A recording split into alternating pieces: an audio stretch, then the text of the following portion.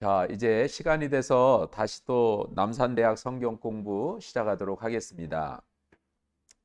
한 주간도 평안하셨는지요? 예. 이 영상이라고 대답이 없으시네요. 그죠? 들리지가 않는데요. 네.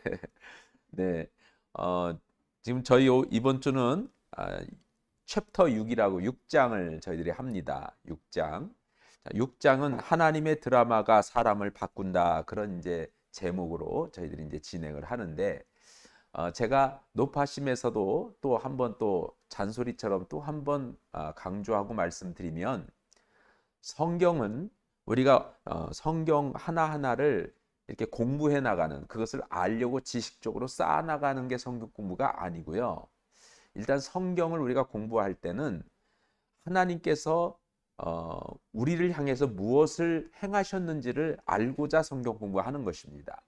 그러니까 구약 성경을 통해서 하나님께서는 이 인류를 위해서 무엇을 하셨는지, 하나님은 어떤 하나님인지 이런 것들을 우리가 이제 알아가면서 주님께서 우리를 죄악 가운데서 구원하시려고 행하신 그 일들을 저희들이 읽어 나가려고 하는 것이 성경 공부라고 하는 것을 다시 한번 말씀을 드립니다. 그러다 보니까 성경의 전체적인 개론적인 내용들을 먼저 저희들이 살펴보고 그리고 조금 더 들어가서 구체적으로 하나님의 드라마, 하나님의 이야기를 같이 저희들이 해 나가는 겁니다.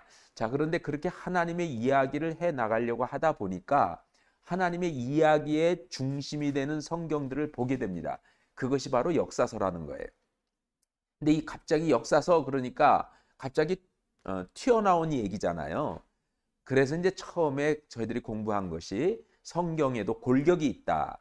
그래서 세 골격으로 갖춰져 있는데 역사서, 체험서, 예언서 이렇게 세 골격으로 되어 있다라고 하는 이제 공부를 저희들이 해왔습니다.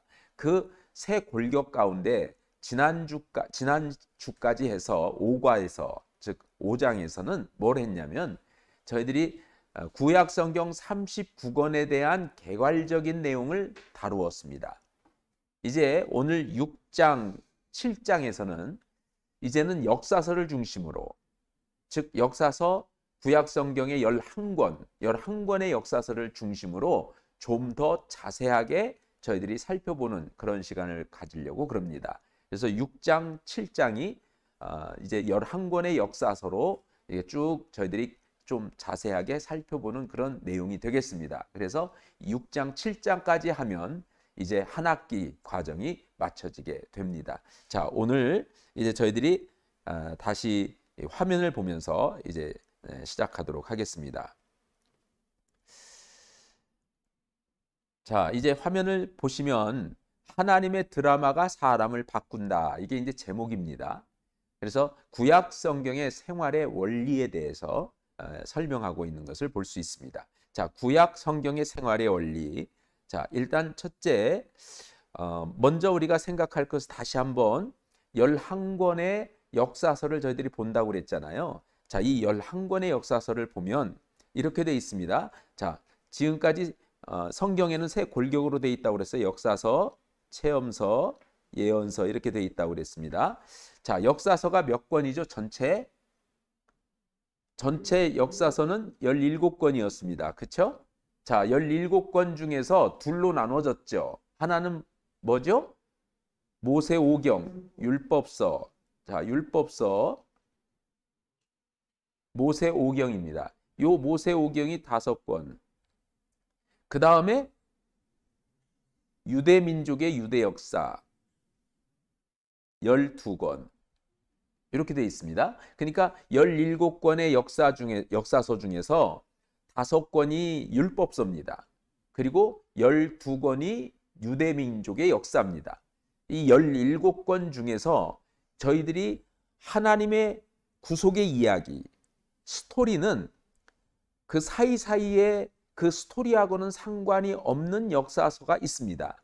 그것이 바로 뭐냐면 레위기라든지 민수기라든지 룻기라든지 역대상하라든지 에스더 이것은 역사서하고는 그 하나님의 스토리하고는 상관이 없는 역사서였어요.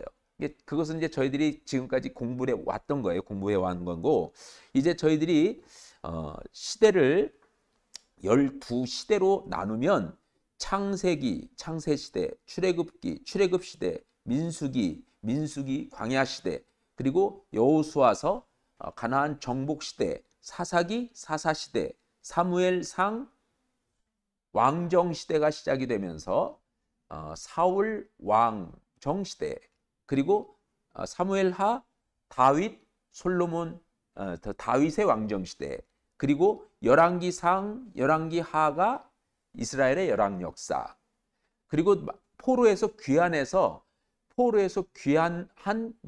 이스라엘 백성들이 다시 민족을 재건하는 그런 이야기, 포로 귀환 시대. 그래서 에스라, 느헤미야, 이렇게 해서 11권입니다. 11권.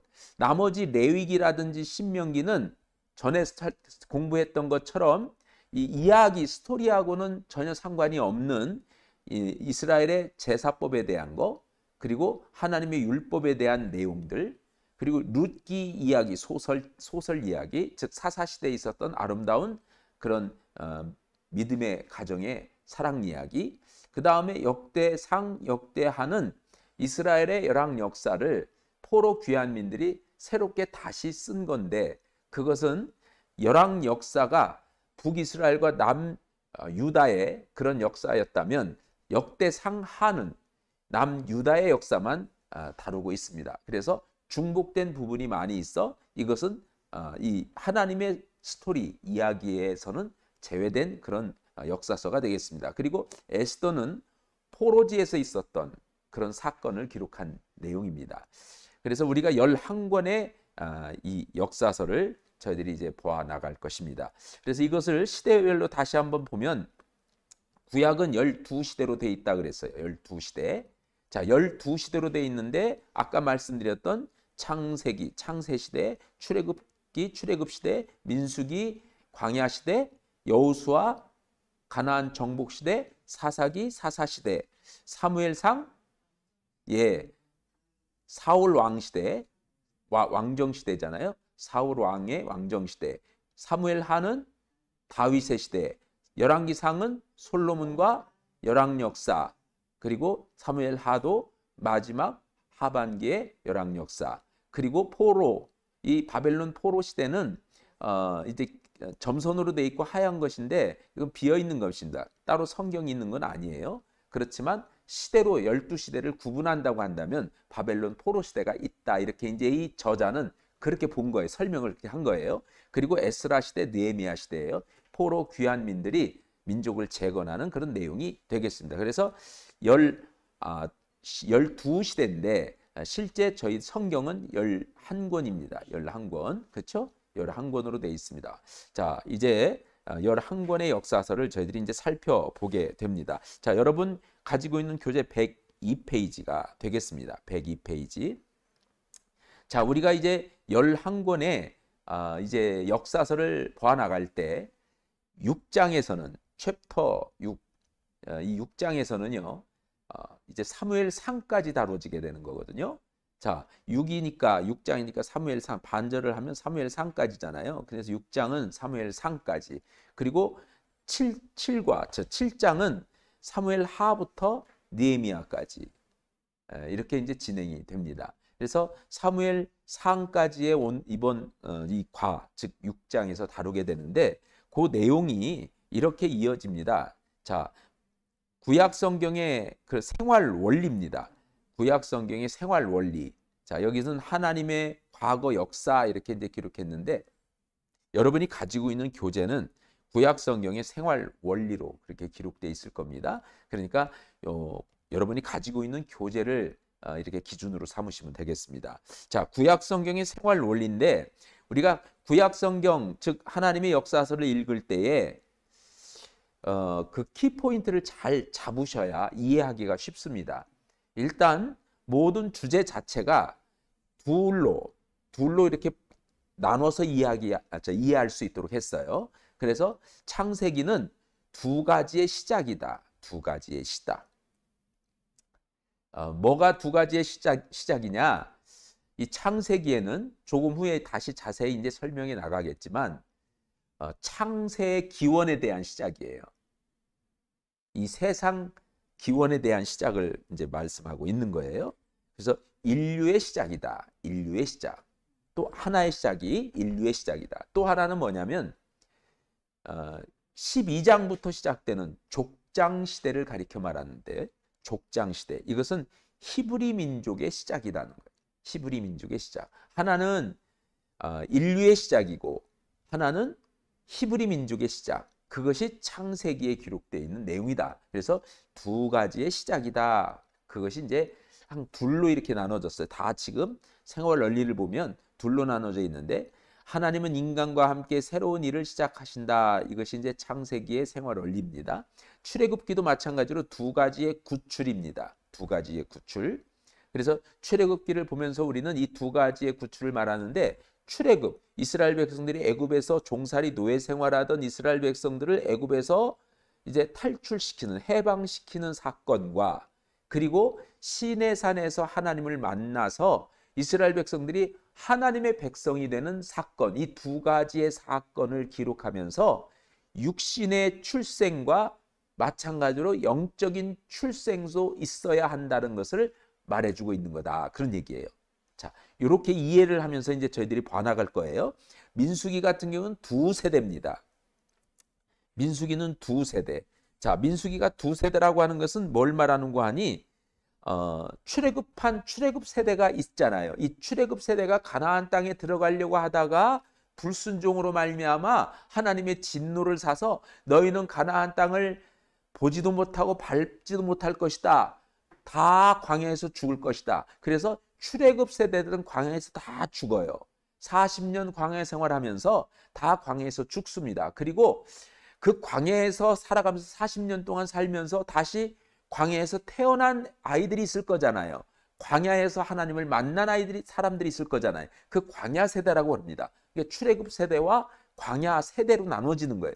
이 가나안 땅에 들어간 것은 광야 세대들이 들어간 거예요. 출애굽 세대들은 들어가지 않고, 그래서 두 세대로 나뉘어서 하나님께서는 불신앙을 징벌하시고 심판하신다라고 하는 것을 이 민수기를 통해서, 광야 시대를 통해서 우리가 배워나가야 된다, 그런 얘기예요. 그래서 오늘날 우리의 신앙생활에도 접목을 해서 하나님의 말씀에 불순종하지 말고 하나님의 말씀에 순종하는 그런 하나님의 사람들이 되어야 되겠구나라고 하는 것을 배워가야 된다, 그런 얘기죠. 여호수아서도 두 가지 분할입니다.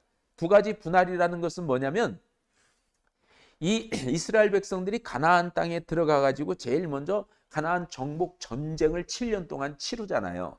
가나안 정복 전쟁을 치를 때 중간 부분을 먼저 치고, 그리고 위쪽 부분을 치고 아래쪽 부분을 쳤어요. 그러면서 그 분리를 하는, 즉 하나님의 일은 하나님의 방법대로 이루어지는데, 하나님께서 두 가지의 분할을 목적으로 군사적인 분할을 먼저 하고, 군사적인 분할, 그러니까 전쟁을 위해서 이 지역을 분할하는 군사적인 분할과 함께 12지파에게 이 땅을 분배하기 위해서 분할한 것, 이 두 가지의 분할을 이야기하고 있는 것이 여호수아서다.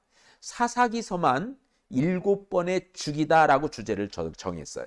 이것은 뭐냐면, 과거를 무시하는 사람들, 즉 하나님의 은혜를 잃어버리고 여호와의 목전에서 악을 행한 사람들이 끊임없이 고통과 아픔 속에서 신음하게 될 때 하나님이 또 하나님의 사람을 세워서 그들을 구원하는데, 이것이 계속 반복되어지는, 용수철처럼 계속 반복되어지면서 역사가 진행되었던 그런 시대가 바로 사사시대라고 하는 것을 말해주고 있는 겁니다. 사무엘상에도 두 명의 통치자를 얘기하고 있어요. 두 사람. 하나는 사무엘과 하나는 사울입니다.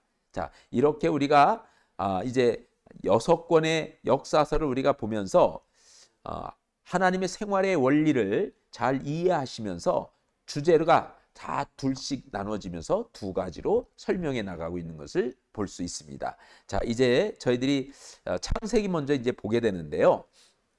자, 창세기를 우리가 먼저 이제 보기 전에 이런 것을 먼저 한번 시작을 하겠습니다. 말씀드렸던 것처럼 창세기라고 하는 것은 인류의 시작과 또 히브리 민족의 시작을 가리켜 말씀하고 있습니다. 자, 우리가 이제 믿음 생활을 하는데 자, 우리는 이제 여기 밑에 뭐라고 그랬어요? 한번 읽어보시죠. 네. 시작. 네, 당신의 두 가지 행로는 서로 만납니까? 이제 그렇게 얘기를 하고 있는데, 자, 이게 무슨 얘기냐면 이런 거예요. 자, 기차가 지나가려면 철로가 있어야 되잖아요. 철로는 두 길이 이렇게 같이 가는 것이 철로잖아요. 그러니까 기차가 가려면 철길이 하나만 있으면 안 돼요. 두 줄이 있어서 양쪽을 물고 나가야 이 기차가 갈 수 있는 거잖아요. 그래서 이 두 줄이 이렇게 가는데 여기 끊겼어요. 이쪽으로 쭉 가는데 이쪽도 끊겼어요. 그러니까 기차가 이제 갈 수는 없잖아요. 근데 우리가 사실은 신앙생활하면서도 이 신앙생활이 잘 성장해 가기 위해서는 이제 철로가 두 길인 것처럼 그렇게 양길이 똑같이 이렇게 가야 됩니다. 두 개의 길이 같이 양갈래길이 서로 같이 가야 돼요. 그래야만이 신앙이 성장하는데 한쪽 길이 뭐냐면 신앙입니다. 신앙. 한쪽 길이 신앙이에요. 믿음입니다. 그리고 또 한쪽 길이 뭐냐면 말씀대로 실천하면서 살아가는 것을 말하는 거예요. 자, 이것을 이제 가리켜 얘기를 하는 거예요. 자, 우리가 믿음은 있는데 내 생활이 변화가 없어요. 믿음으로 살지 못해요. 그 믿음은 건강한 믿음이 아니죠. 그 믿음은 성장할 수 없습니다. 그 믿음은 더 나아갈 수 없는, 앞으로 더 나아갈 수가 없다 이거죠.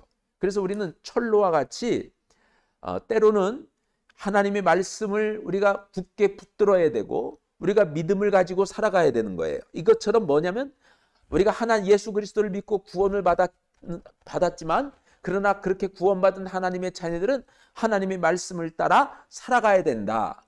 그래서 믿음과 하나님의 말씀에 대한 행위가 같이 가야 됩니다. 믿음과 행위가 같이 가야 된다. 신앙이라고 하는 것은 행함이 따르지 않으면 그것은 죽은 신앙이라는 거예요. 죽은 믿음이라는 거예요. 그게 야고보서가 얘기한 거잖아요. 그런 것처럼 그래서 당신은 두 가지의 행로가 서로 만나고 있습니까? 자, 믿음이 있다면 그 믿음에 따라서 실천적인 행동도 따라가야 됩니다. 신조가 뭐냐면 신조라고 하는 것은 이제 그런 거예요. 반드시 지키겠다고 결심해서 마음속에 다짐한 그런 결심을 가리켜서 신조라고 그러는 거예요. 신조. 자, 우리가 사도신경이라고 하잖아요. 이것은 신앙의 고백입니다. 신앙의 고백이라는 것은 뭡니까? 내가 반드시 이렇게 살겠다라고 하는 자기의 믿음의 고백들이 신조라고 표현하는 거예요. 그래서 우리 감리교 같은 경우도 8개의 신조가 있는 거예요. 신조가. 그 8개의 신조는 신앙을 기반으로 해가지고 이렇게 살겠다라고 하는 것. 사도신경은 이제 신앙의 고백으로 내가 신앙의 고백을 하는 거예요. 신앙의 고백. 예수님께서 하나님이 우리를 사랑하셔서 예수님 이 땅에 보내주셨고 그분이 우리를 위해서 십자가에 달려 돌아가셨고 다시 부활하셨고 그래서 우리가 그로 말미암아 다시 살게 됐고 죄에서 구원받고 몸이 다시 살게 됐다라고 하는 그런 고백, 신앙의 고백인 거고 신조는 우리가 이렇게 앞으로 이런 믿음으로 살겠습니다라고 하는 그런 고백이 신조입니다. 이 신조가 있을 때는 내 행실이 거기에 맞아야 된다는 거예요. 믿음에는 행함이 따라가야 되는 거고 신조에는 행실이 따라가야 되는 거예요. 내 삶이 변화돼야 된다는 거죠. 그 다음에 교리는 뭐예요? 여러분 교리라고 하는 것은 한 종교의 기본적인 이론이에요. 한 종교의 기본적인 기독교가 뭐냐라고 했을 때 그것을 설명하는 게 교리란 말이에요. 이런 교리를 가지고 살아가는 사람은 그 교리에 맞게 분명히 의무 생활을 해야 됩니다. 예를 들어서 기본적인 우리가 의무 생활 같은 게 있는 거잖아요. 그래서 교회의 5대 의무가 뭐겠어요? 봉사, 예배, 그리고 전도, 그리고 말씀 성경 공부. 자, 다시 한번요. 예배, 그 다음에 말씀 선포, 그렇죠? 그 다음에 봉사, 전도, 기도. 네, 기도. 헌금은요. 헌금은 이제 우리가 기본적으로 살아가면서 하나님 앞에 예배 생활 가운데 드려야 될 우리의 삶의 이제 그런 어떤 의무 생활이죠. 이 의무라고 하는 것은요, 헌금도 이제 거기에 포함되는 거예요. 예를 들면 우리가 봉사도 해야 된다는 거예요. 그러니까 교리, 기독교라고 하는 그런 기독교인, 기독교에 귀해서 기독교인이 되었으면 그 기독교의 교리에 따라서 의무 생활을 해야 되는 거예요. 말씀 따라 살아야 되고 예배 생활해야 되고 헌금 생활해야 되고 기도 생활해야 되고 이런 것들이 따라가야 된다. 그래서 의무가 따라가야 된다. 이런 것이 바로 우리가 이 두 가지가 맞아야 기차는 잘 달리게 된다. 근데 이것을 지금 갖추어서 두 가지를 맞추어 살아가고 있느냐. 지금 그렇게 지금 묻고 있는 거다. 이제 그런 얘기예요. 이런 물음을 지금 하고 있습니다. 자, 그리고 또 하나를 우리가 살펴보면 자, 우리가 성경을 공부하는 이유는요. 공부하는 이유는 과거의 역사, 이런 역사가 있었다라고 하는 것으로 끝나면 그건 역사 공부예요. 옛날에는 이런 일들이 있었어. 그래서 옛날 사람들은 이렇게 살았고, 옛날 사람들이 이런 가치관을 가지고 살았고, 이런 세계관을 가지고 살았고, 그렇게 옛날에는 예배 생활을 이렇게 했어. 오늘날하고 달라. 하면서 과거에 있었던 그런 사건들을 하나의 역사적으로 공부하고 지식으로 쌓는 것으로 끝난다면 그것은 역사 공부라 이거예요. 성경 공부가 아니라는 거예요. 하나님께서 이 땅을 위해서 행하신 일을 과거의 역사를 통해서 우리가 이렇게 엿보면서 그런 일을 행하셨다라고 하는 걸로 끝나면 그것은 성경의 교회사, 역사 공부를 한 거라 이거예요. 그런데 지금 우리가 성경 공부하는 것은 뭐냐면 하나님의 과거의 역사를 이 성경책을 통해서 우리가 공부를 할 때 지금 현재 우리가 살아가고 있는 그리스도인들이 어떻게 살아야 되느냐라고 하는 것을 배우기 위해서 공부를 하는 거라 이거죠. 배우기 위해서. 그래서 밑에 보면 성경의 시대에 이렇게 그들이 하나님이 그 과거의 사람들에게 이렇게 말씀을 하셨다면 그 말씀이 오늘날 우리들에게도 주시는 말씀이다라고 지금 하나님이 직접 나에게 주신 말씀으로 받아야 된다 그 얘기예요. 그러니까 예배 드릴 때도 설교가 주어지면 그 설교 하나님의 말씀을 내게 하나님이 주시는 하나님의 말씀으로 받는 자가 복이 있는 거다. 데살로니가 교회 교인들이 그렇게 해서 복받은 교인이다. 그래서 그들에게는 믿음의 진보가 이루어지고 사랑의 수고를 아끼지 않고 소망의 인내 가운데 승리하는 삶을 살았단 말이에요. 그런 것처럼 이렇게 과거 성경에 있었던 이야기들을 통해서 오늘날 우리에게 주시는 하나님의 말씀을 듣고 그 말씀을 따라 내 삶에 적용하는 거예요. 과거에 있던 일들을 그 과거의 그 역사적인 사건을 잘 해석해서 오늘날 우리의 삶에 적용하는 거다. 내 삶에 적용하는 거다. 과거의 역사적인 사건을 현재의 어떤 체험적 사건으로 경험해야 된다. 그것이 성경 공부다라고 하는 것을 먼저 이제 말씀하면서 우리가 이제 창세기를 이제 시작하고 들어가도록 하겠습니다. 자, 이 그림 이제 익숙하시죠? 예. 지난 시간들에 다 저희들이 배운 거예요. 자, 이게 창세기는요, 크게 둘로 나눈다고 그랬죠? 뭐죠? 자, 창세시대는 크게 둘로. 인류의 시작이라고 그랬죠? 인류의 시작. 자, 이것을 창세의 기원 이렇게도 표현합니다. 창세의 기원. 자, 인류의 시작과 또 하나는 히브리 민족의 시작. 자, 이 히브리 민족의 시작 그랬는데 이게 이제 히브리 민족이 누구냐면 바로 우리가 아는 이스라엘 가리켜 말하는 거예요. 즉 유대 민족을 가리켜서 얘기를 하는 겁니다. 그러니까 이 히브리 민족의 시작이다. 자, 인류의 시작, 창세의 기원은 1장에서 11장까지입니다. 1장에서 11장까지. 그리고 히브리 민족의 시작은 사실은 이것은 우리가 이렇게 써야 맞아요. 근데 지금 이 책을 지은 목사님이 사람을 이렇게 중심에 놓고 사람이 중요하다고 하는 그런 의미로 히브리 민족의 시작이라고 그랬는데 사실은 즉 4대 족장, 4대 족장이라고 이제 우리는 보통 표현하죠. 그러니까 1장에서 11장까지는 창세의 기원을 얘기합니다. 그리고 12장부터 50장까지는 4대 족장에 대한 이야기, 족장 이야기, 족장 시대를 가리켜 말하는 거예요. 그러니까 히브리 민족의 시작이다 이렇게 이제 표현하는 거죠. 자, 이걸 이제 우리가 공부해 나가는 건데, 자, 창세기는 두 부분으로 나눠졌어요. 그래서 인류의 시작과 히브리 민족의 시작, 족장 시대를 가리켜 말하는 거예요. 두 시작이다라고 이제 우리가 처음에 이제 배웠죠. 자, 이렇게 두 시작 창세기를 이제 우리가 봐나가는데, 자, 1장에서부터 11장까지 창세의 기원을 얘기할 때 네 가지 사건이 있었다고 그랬어요. 네 가지 사건. 자, 이 네 가지 사건이 뭐였죠? 자, 창조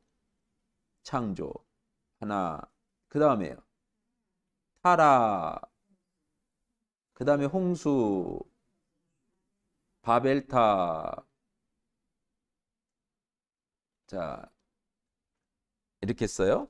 자, 그런데 요 지금 창조라고 하는 것을 요 지금 책의 저자는요, 사람을 중심으로 지금 생각하는 거예요. 뭐냐면 하나님이 이 천지 만물을 창조하신 이유가 뭐예요? 창조하신 이유. 누구를 위해서 창조했어요? 아담을 위해서 창조하신 거예요. 그러니까 천지 만물을 창조하신 것은 아담을 위해서 창조했다는 거예요. 아담을 위해서. 왜냐하면 우리가 그 부모가 아기를 낳을 때 엄마 아빠가 이제 아기를 임신했어요. 아기를 이제 가졌어요. 그러면 그 10달 동안 엄마 뱃속에 있다가 아기가 태어났는데, 아기가 태어나면 아기가 있어야 될 공간이 필요하잖아요. 그러니까 아기를 위해서 모든 걸 다 준비하듯이 하나님께서는 아담과 하와를 위해서 아담과 하와가 살아갈 수 있는 그런 환경을 만들어 줘야 되잖아요. 그래서 만든 것이 천지 만물이라는 거예요. 그래서 창조한 거예요. 그래서 창조의 가장 중요한 초점이 뭐예요? 바로 아담이란 말이에요. 아담.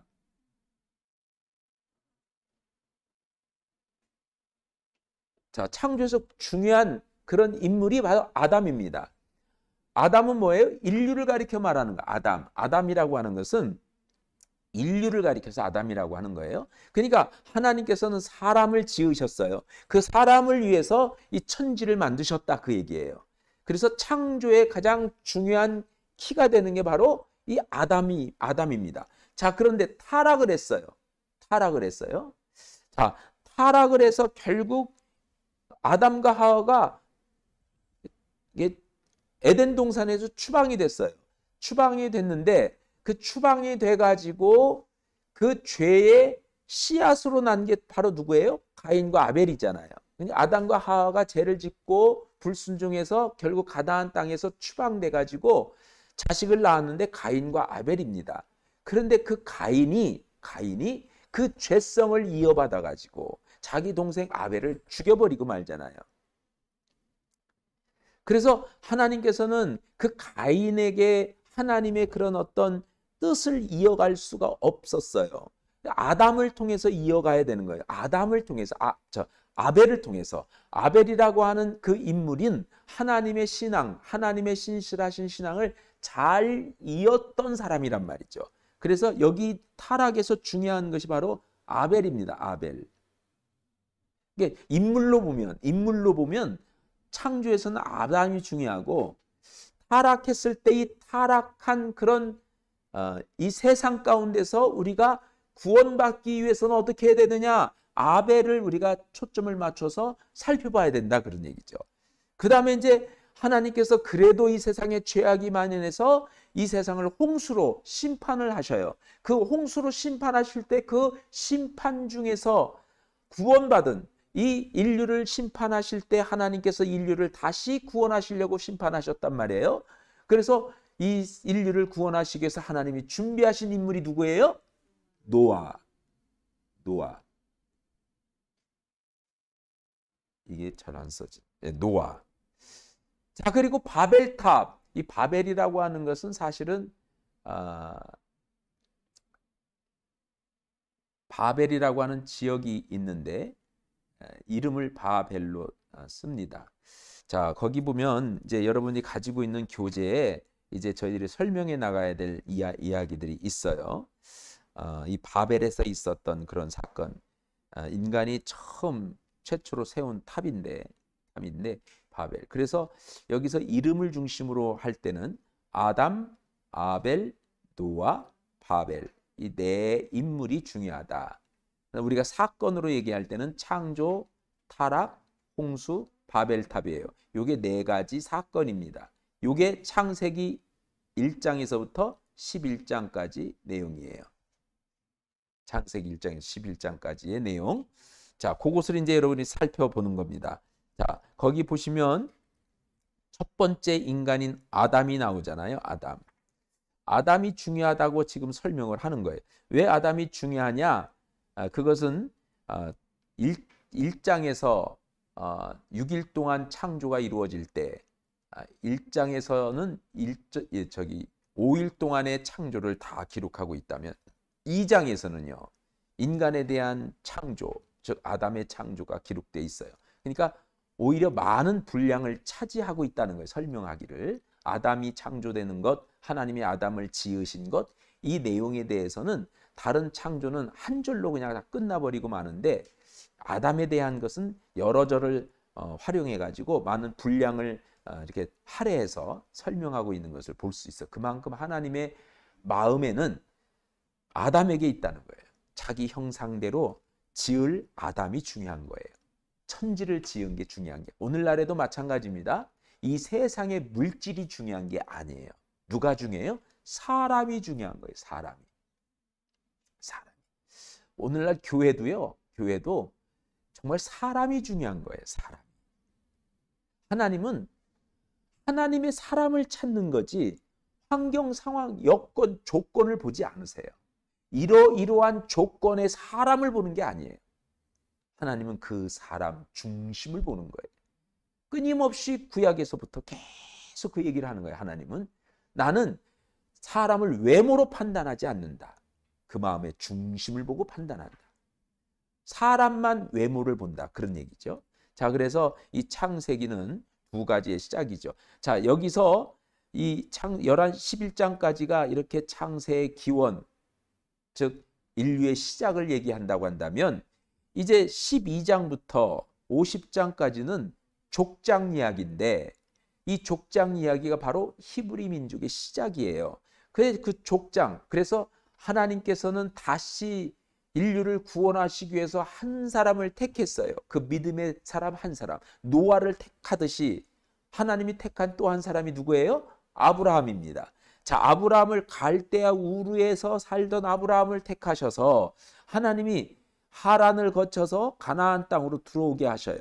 가나안 땅에서 아브라함은 자기 아들 이삭을 낳고 또 이삭이 야곱을 낳고 또 야곱이 요셉을 낳고 요셉이 애굽으로 이주해가는 요셉이 애굽으로 노예로 팔려가서 결국은 자기 아버지의 형제들 즉 자기의 식솔들 가족들 전부 다 애굽으로 이주시키는 그런 내용까지가 바로 창세기라고 그랬어요. 창세기. 이렇게 인류의 시작을 얘기하고 있는 유대민족의 시작을 얘기하고 있는 족장 이야기. 그것이 바로 창세기 12장부터 50장까지의 내용입니다. 이게 창세기의 내용입니다. 자, 이 창세기의 내용을 이렇게 표로 만들었어요. 자, 이걸 보면 이런 거죠. 인류의 시작은 11장까지, 그리고 히브리 민족의 시작이 50장까지예요. 이것은 11장을 통해서 그것을 다 기록했고, 그리고 39장을 통해서 요 히브리 민족의 시작이 기록되어 있습니다. 배경은 우주적인 거고, 이건 민족적인 거고. 이것은 사사라고 하는 것은 뭐냐면 이것은 어떤 하나님의 어떤 그런 직접적인 어떤 통치, 하나님께서 간섭하시고 개입하시는 그런 통치를 가리켜 얘기를 하는데, 요거 이제 잘못됐죠. 그 글이 교재를 가지고 있는 것은 요 밑에 있는 인물 네 인물을 적어야 됩니다. 요거 지금 표가 잘못됐네요. 아담과 아벨과 노아와 바벨이에요. 그리고 여기 족장은 아브라함과 이삭과 야곱과 요셉입니다. 요거 이제 사실은 요 그림을 저 PPT를 이렇게 제공한 PPT인데 이런 것들이 이제 여기에 이제 새겨진 거라서 다시 한번 이렇게 고칠 수 있는 것을 한번 찾아보도록 하겠습니다. 잘못되어 있는 것을 여러분 요걸 보지 마시고 교재를 보시면 될 것 같습니다. 자, 그래서 이렇게 창세기는 이렇게 두 가지 시작을 하고 있다. 자, 아벨 같은 경우에는 우리가 잘 아는 것처럼 이런 거죠. 아담과 하와가 처음에 두 아들을 낳았습니다. 이 두 아들을 낳았는데 단순히 아담과 하와가 두 아들을 낳았다 이렇게 생각하시면 안 된다는 거예요. 그것은 그냥 히스토리란 말이에요. 역사란 말이에요. 그럼 여기에 해석이 들어가야 돼요. 왜 하나님께서는 이 두 아들을 낳게 하셨느냐, 이 두 아들을 통해서 뭘 우리에게 말씀하고 있느냐라는 거예요. 무엇을 말씀하고 있는 거냐. 자, 이 두 아들의 사건을 여러분 잠깐 설명하면, 이 아담과 아벨과 가인이, 큰 장남이 가인이에요. 차남이 아벨입니다. 근데 이 가인과 아벨이 하나님 앞에 제사를 드려요. 제사를 드렸는데 가인의 제사와 가인의 제사는 하나님 받지 않으세요. 가인이 드린 제물도 안 받고 가인 자체를 받지 않으셨고, 아벨이 드린 제물은 하나님이 받으시고 아벨도 받으세요. 왜 성경에는 이유를 설명하고 있지는 않아요? 근데 왜 하나님은 가인의 제사를 받지 않고 아벨의 제사만 받았느냐라는 거예요. 이것이 이제 난해한 그런 성경 중에 하나죠. 자, 그런데 이것을 우리가 충분히 이해할 수 있는 부분들이 많이 있습니다. 뭐냐면 가인이 드린 제사는 농경사회니까, 즉 농사를 지었으니까 농사를 짓고 그 첫 수확, 첫 곡식, 첫 수확, 첫 열매들을 하나님 앞에 바친 거예요. 그러면 그것도 하나님이 정성이잖아요. 내가 농사를 짓고 바쳤는데. 그런데 아벨은 목축을 하는 사람이었어요. 그래서 양의 첫 새끼를 하나님께 바쳤어요. 그것도 목축을 하니까 당연히 자기가 생산해서 처음 난 열매니까 첫 새끼를 바친 거잖아요. 그런데 하나님은 왜 첫 열매를 바친 가인의 제사는 받지 않고 첫 새끼를 드린 아벨의 양의 제사만 받았느냐, 그 얘기예요. 이유가 뭐예요? 고기를 좋아해서. 고기를 좋아해서. 그것도 그럴 수 있어요. 하나님이 고기를 참 좋아해서. 네. 그리고 또 하나님은 채식주의자가 아니신가 봐. 육식주의자이신가 봐. 그렇죠? 이것을 그냥 이렇게 읽으면, 역사적으로 읽으면 우리는 궁금해서 미쳐 죽는 거예요. 배고픈 건 괜찮아요. 궁금한 거 못 참는 거죠. 그래서 이것을 왜 그렇게 하셨나라고 하는 것을 우리가 살펴봐야 되는 거잖아요. 자, 그게 이제 그림을 한번 보세요. 여기에 이제 농사를 지어가지고 열매들을 다 거둬서 하나님께 제사를 드렸어요. 근데 이 아벨은요, 이 짐승을 드렸어요. 자, 요걸 가지고 이 가인은 또 막 손을 들고 막 찬양하면서 감사합니다, 떳떳하게 드리죠. 그런데 이것은 저 아벨은요, 또 무릎 꿇고 그리고 손을 모으고 머리를 땅에 대고 하나님께 회개하는 기도를 드리잖아요. 이렇게 이제 그림을 그린 거란 말이죠. 성경에는 이렇게 회개했다 이런 얘기가 없잖아요. 근데 그림을 이렇게 그리니까 마치 아벨이 그런 것 같이 그렇게 생각을 하는데, 그럼 왜 그럴까라고 하는 걸 생각해 볼 때 이것 때문이에요. 하나님이 이 사건을 통해서 우리에게 뭘 말씀해 주고 있는가 하면, 우리가 구원을 받는 것은, 왜냐하면 이미 아담과 하와가 죄를 짓고 추방된 거잖아요. 죄 때문에 그렇게 고통 가운데 있는 거잖아요. 그래서 하나님이 아담과 하와에게 너희의 부끄러움을 가리려면 이렇게 해라 라고 하나님이 가르쳐 주신 게 있어요. 처음에 자기들이 나뭇잎으로 자기의 부끄러움을 가렸어요. 그런데 이 나뭇잎이 하루만 지나면 말라버리니까 가리는 역할을 못하는 거예요. 그래서 하나님께서 가죽옷을 입혀주셨어요. 이 가죽옷을 입히니까 아주 장기간 사용할 수가 있어요. 그 장기간 사용해도 그렇게 막 평생 영원히 사용할 수 있는 건 아니잖아요. 그래서 1년에 한 번씩 하나님께서 쉽게 얘기해서 가죽옷을 입혀주신 거나 마찬가지예요. 가죽옷을 입혀주셨는데 하나님이 그 방법을 알려주신 거였다 그 얘기예요. 너희들이 수고해서 애써서 노력해서 너희의 부끄러움을 가리려고 하는 것은 가릴 수 없으나 내가 너희에게 방법을 가르쳐준 대로 그걸 가리면 너희의 부끄러움을 일시적으로 가릴 수가 있다. 그 방법이 뭐예요? 가죽옷을 입으려면 희생이 필요해요, 안 필요해요? 희생이 필요하잖아요. 짐승을 죽여야만, 짐승의 피를 흘려야만 가죽옷을 얻을 수 있잖아요. 그러니까 짐승의 피가, 즉 짐승을 희생시켜서 가죽옷을 얻어야 너희의 부끄러움을 가릴 수 있다. 그것을 이은 사람이 누구냐면 아벨이었다 그거예요. 가인은 자기의 노력으로 자기의 부끄러움을 가리려고 했어요. 그래서 하나님, 내가 이렇게 열심히 노력해서 하나님 이렇게 하나님께 드립니다. 나를 용서해 주세요 하고 제사를 드렸다 그 얘기예요. 제사는 속죄제사예요. 속죄제사. 그런데 그러니까 떳떳하게 자기가 행한 것을 자랑스럽게 얘기하는 거예요. 자기가 행했으니까. 그런데 이 아벨은요, 하나님이 가르쳐 주신 하나님의 방법대로 자기의 부끄러움을 가리기 위해서 짐승의 피를 흘렸어요. 짐승을 희생시켰어요. 그리고 희생 제물을 드렸어요. 그때 하나님이 하나님의 방법대로 드린 아벨의 제사를 받으시고 아벨을 용서하신 거예요. 그래서 아벨이 용서를 빌 때 하나님이 그 아벨의 기도를 들으시고 용서하셨다. 이렇게 지금 가인처럼 하나님 감사합니다 하고 하나님께 감사하게 떳떳하게 기쁘게 감사를 드리는 건 뭐냐면 그것은요, 선행을 통해서 구원받는 걸 말해요. 내가 이만큼 노력했으니 당연히 주셔야 됩니다. 이런 거예요. 여러분, 우리가 살아가는 것도 하나님의 은혜로 사는 거지 내가 노력해서 잘 사는 게 아니잖아요.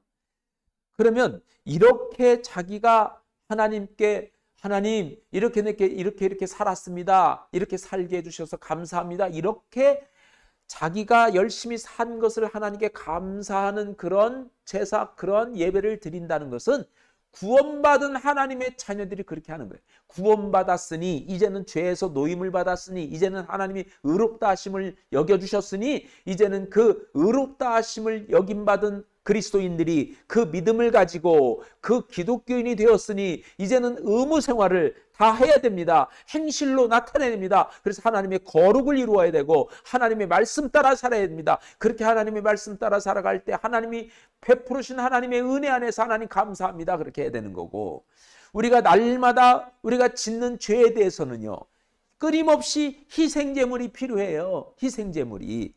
근데 아벨은 하나님의 방법대로 희생제사를 드렸기 때문에 하나님이 받으셨다. 그것을 말씀해 주고 있는 것이 바로 가인과 아벨 사건이다. 그런 얘기예요. 그것을 우리는 아벨을 통해서 읽어가야 된다. 그런 얘기입니다. 이 세상에 하나님이 죄악이 만연하니까 세상이 죄악으로 가득 찼어요. 그래서 사람 지으신 것을 후회하셨어요. 그래서 이 세상을 내가 물로 다 심판하리라. 그리고 다시 재창조를 하시기 시작합니다. 물로 심판하실 때 모든 죄악을 다 쓸어버리시고 다시 의로운 아담을 세운 것처럼 의로운 사람 한 사람을 세웠어요. 그가 바로 노아입니다. 노아.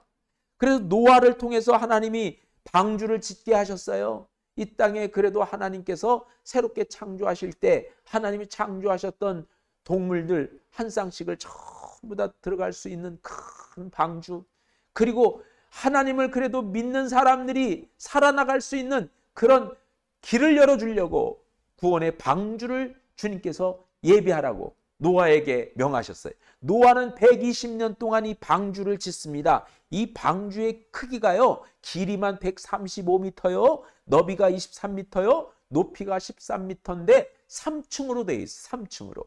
그러니까 과거에 어마어마한 건축물이에요. 어마어마한. 선박왕이죠. 오늘날 뭐 배 짓는 뭐 선박왕, 그런 선박왕은 과거의 노아였어요. 노아. 이 120년 동안 이 어마어마한 배를 짓는데 그것도 아들들과 같이 혼자서 짓는 거예요. 그러니까 수많은 사람들 막 수십 명, 수백 명이 달라붙어서 지으면 이게 공정의 과정 가운데 이것을 짓는 기간이 짧았을 텐데 혼자 짓는 거예요. 그것도 늘 끊임없이 사람들이 방해했어요. 너 미쳤냐? 아니, 배를 지으려면 바닷가에서 지어야지. 왜 산꼭대기에다 짓냐? 아이고, 너 바보 아니야? 또라이 아니야? 아, 그러면서 조롱하고 욕하고 그랬어요. 그리고 이 노아는요, 배를 지으면서 하나님이 주신 말씀이 있잖아요. 너희들이 빨리 하나님께도 돌아와라. 그래서 우리랑 같이 이 구원의 방주를 예비하자. 마지막 날에는 하나님이 물로 이 세상을 심판하신다 하시니, 그랬더니 마른 하늘에 무슨 비가 내린다고, 무슨 이 세상이 물로 심판받는다고, 홍수가 진다고 껄껄껄껄 웃고 비웃었어요. 지금도 세상 사람들이 비웃어요? 안 비웃어요? 지금도 비웃잖아요. 아이고, 아니 하나님이 어디 계신다고 그렇게 하나님 믿고, 아이고 너희들 바보 아냐? 바보. 그냥 얼마나 세상이 넓고 얼마나 즐기고 놀 것이 많은데 산과 들로 바다로 나가봐라. 얼마나 기분이 좋냐? 아, 그러면서 그렇게 자기들은 이렇게 참 자유롭게 그렇게 기쁘고 막 즐겁게 산다. 너희들은 그 즐거운 시간에 휴일이라는 시간에 아니 예배당 가가지고 예배를 드리냐? 아, 그러면서 조롱하잖아요. 그 조롱소리, 그런 사람들의 시선, 사람들이 그렇게 즐기는 것을 육안으로 볼 때 그게 좋아 보이니까 믿었던 사람들도, 신앙이 없던 사람들 자꾸 바깥으로 나가기 시작해요. 대마가 그래서 세상이 좋아서 세상으로 나갔잖아요. 그래서 그렇게 세상으로 나가는 그런 기독교인들이었던, 즉 교회 다녔던 사람들이 이제는 하나님을 떠나서 세상으로 나가서 하나님을 믿지 않는 사람들이 되어버린 사람들이 굉장히 많아요.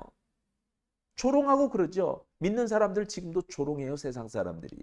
바보 같다고. 자, 그런데 이 노아를 보고 우리는 배워야 되는 거예요. 그렇게 조롱했던 세상 사람들은 다 하나님의 말씀대로 때가 되니까 40일 동안 하늘이 열리고요. 하루도, 즉 1시간도 쉬지 않고 이 바켓으로 물을 이렇게 쏟듯이 비가 내리는데 전체가 전부 다 세상이 물로 다 차기 시작. 배수가 돼야 되는데 이제는 바닥까지 전부 다 차버리니까 그냥 땅이 다 물에다 묻혀버리는 거죠. 그러다 보니까 산 꼭대기에다 지은 이 방주가 마지막 다 물이 차오르니까 그때서야 둥 뜨는 거예요. 그때서 뜨면서 이 물 위에서 1년 동안을 다녀요. 1년 동안. 그리고 그 물이 빠지는 시간이 1년이 넘게 걸린 거예요. 물이 빠지. 그러니까 이제 물이 빠지니까 그때서야 또 다시 산 위에 덩컹 내려진 거죠. 쫙 빠질 때까지 기다려. 자, 이게 이제 노아의 방주예요. 미식 축구 경기장에 비교한 건데 미식 축구 경기장만 하다는 거. 이게 3층짜리의 그런 배였습니다. 자, 이런 노아는 어떤 사람이었느냐? 하나님께서 인류를 다시, 즉 구원하시기 위해서 하나님이 한 사람을 택했는데 노아를 택했다. 이 노아는 어떤 사람이냐? 의로운 사람이다. 당대 의인이라 그렇게 기록하고 있죠. 자, 그런데 이 세상은 여전히 세상 사람들이 많아지면서 그 아담과 하와가 범죄했던 것처럼 여전히 하나님을 등지고 하나님을 대적하는 사람들이 많아지면서 오랜 세월이 지난 후에 사람들이요, 세상에 하나님을 대적하는 죄악된 사람들이 많아서 다시는 이 세상이 물로 이렇게 전부 다 심판받을 때 우리가 살 수 있는 길을 만들어 놓자. 그래서 산 꼭대기보다 더 높은 탑을 쌓았어요. 왜냐하면 비가 아무리 많이 와도 이 세상이 물로 가득 차도 우리가 살아갈 수 있도록 산보다도 더 높은 바벨탑을 쌓았어요. 그게 이제 바벨탑이에요. 바벨탑. 산보다도 더 높은, 그러니까 산 위에다가 더 높은 바벨탑을 쌓은 거예요. 바벨탑을 쭉 쌓았는데 그 바벨탑이 얼마나 높은지 아주 하늘 끝에 닿을 정도로. 이건 뭘 상징하는 거냐? 이것도 사람들이 자구책으로 자기가 이제는 죽지 않기 위해서, 심판받지 않기 위해서, 살기 위해서 인간이 노력한 거잖아요. 노력하는 거예요. 내가 살기 위해서, 구원받기 위해서 노력한 거니까 자기 자구책 아니에요? 그럼 그렇게만 생각하면 이것도 역시 히스토리 역사란 말이에요. 그냥 역사, 과거의 역사를 우리가 배운 거예요. 그러나 성경을 우리가 공부할 때는 이 사건을 통해서 우리가 뭘 읽어야 되냐는 거예요. 그걸 해석해야 된다는 거예요. 이 바벨탑 사건은 여러분이 가지고 있는 교재를 보면 이런 거예요. 사람들이 언어가 하나니까 서로 의기투합을 해가지고 이제는 우리가 하나님이 이 세상을 심판하실 때, 하나님이 우리를 심판하실 때 하나님을 대적해서 이제는 하나님의 그 심판에서 구원받을 길을 찾아보자, 이런 거예요. 하나님 앞에 엎드려서 하나님 이 세상을 물로 심판하지 않게 해주세요, 이렇게 하나님께 구한 것이 아니라 하나님을 대적해서 하나님이 행하시는 일을 인간이 맞서 싸운 거예요. 싸운 거예요. 대적하니까 하나님이 괘씸하다. 그래서 인간의 언어를 흩어버려요. 그러니까 이 탑을 막 세워가는데 더 이상 세울 수 없어요. 왜? 언어가 틀리니까. 저기 벽돌 좀 가지고 올라와. 그러니까 철근을 가지고 올라오고. 아니 거기 철근 좀 가지고 올라와. 그랬더니 있던 철근을 막 쏟아내버리고. 말이 안 통하니까. 그래서 자기들끼리, 말이 통하는 사람들끼리 아야야 저 자들하고는 일하지 못하겠다 하고 말이 통하는 사람들끼리 흩어지기 시작했어요. 그래서 인류가 생겼다. 그래서 곳곳에 나라들이 생기게 됐다. 이제 그 얘기가 이제 바벨탑 사건이에요. 자, 이 바벨탑 사건을 통해서 우리가 깨닫게 되는 게 뭐냐면 인간의 죄악성은 세상에 그 죄가 편만해지도록 넓어진다. 그래서 이 바벨탑 사건을 통해서 이 세상의 죄악이 만연해졌다라는 거예요. 만연해졌다라고 하는 것을 얘기해 주고 있는 겁니다. 자, 이러한 죄악이 편만한 이 세상 가운데서 그래도 하나님이 지으신 인간들이 그렇게 죄로 말미암아 타락해서 하나님의 심판을 받는 것이 불쌍하니까 그들을 다시 구원할 수 있는 구원의 길을 열어주시기 위해서 한 사람을 택했으니 그가 누구예요? 아브라함이다. 아브라함을 택했다라는 거예요. 자, 그래서 하나님께서 저를 보세요. 이 바벨탑 사건 이후에 세상에 죄악이 만연해지니까 하나님이 이 인류를 구원하시기 위해서 한 사람을 택했는데 그게 아브라함입니다. 아브라함을 택해서 아브라함에게 하나님이 약속하세요. 언약을 하세요. 내가 내게 지시할 땅으로 가라. 그리하면 내가 큰 민족을 이루리라. 이 얘기는 뭐냐면 이 땅에 하나님의 나라가 이루어지리라. 하나님의 백성, 하나님의 사람들이 이 땅에 세워지리라. 그 얘기예요. 그러면서 그런 하나님의 나라, 하나님의 백성이 많이 이 땅에 세워지게 될 거다. 죄악들이 다 물러가고 죄악된 세상들이 다 떠나고 이제 하나님의 나라, 하나님의 세상들이 이루어질 것이다. 이런 거예요. 그래서 아브라함을 택했어요. 그래서 내가 너로 큰 민족을 이루게 할 것이고 너로 복의 근원이 되게 할 거다. 열방의 빛이 되게 할 거다. 라고 하는 말씀을 약속을 해주세요. 그 조건이 뭐예요? 내가 너에게 지시할 땅으로 가라. 지시한 땅으로 가라가 아니라 지시할 땅으로 가라. 믿음을 보여라. 그런 얘기예요. 믿음. 지시한 땅이라면요. 이미 하나님께서 주신 말씀이 있는 거예요. 말씀이 있고 네가 이 말씀을 믿느냐? 이거지만 아브라함이 중요한 건 뭐냐면 지시할 땅으로 가라는 거예요. 그러니까 아브라함이 하나님께서 지시하시는 땅으로 가겠습니다라고 결심을 해요. 그때서야 하나님께서 아브라함에게 그러면 가나안 땅으로 가라. 가보지도 못했던 가나안. 어떤 곳인지도 보지 못했던 가나안 땅으로 가게 되는 거예요. 여러분 그렇게 해서 아브라함을 택해서 아브라함을 통해서 이제 아기를 낳지도 못하는 아브라함이에요. 그 아내 사라는 아기를 낳지 못하는 불임 여성이었어요. 하나님께서 이 불임 여성인 사라를 택하시고 아브라함을 통해서 후사를 주겠다고 약속하셨어요. 그러니까 인간으로서는 믿겨지지 않는 약속을 하신 거예요. 아니, 하나님, 저희들은요 아기를 낳을 수도 없는데 어떻게 후사가 있어요?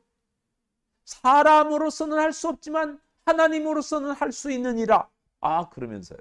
그랬잖아요. 그러니까 창세기에 사라가 장막 뒤에서 웃었잖아요. 아이고, 경수가 끊긴 내 몸에서 무슨 낙을 본다고. 아이고, 왜 저런 말도 안 되는 소리를 하시지. 그랬더니 이 천사가요 아주 화를 내면서 얘기했잖아요. 왜 사라가 웃느냐? 이 아내가 웃느냐? 그랬더니 막 겁이 덜컥 나가지고, 아니, 웃지 않았습니다. 웃지 않았습니다. 사람으로서는 할 수 없지만 하나님으로서는 능히 할 수 있느니라.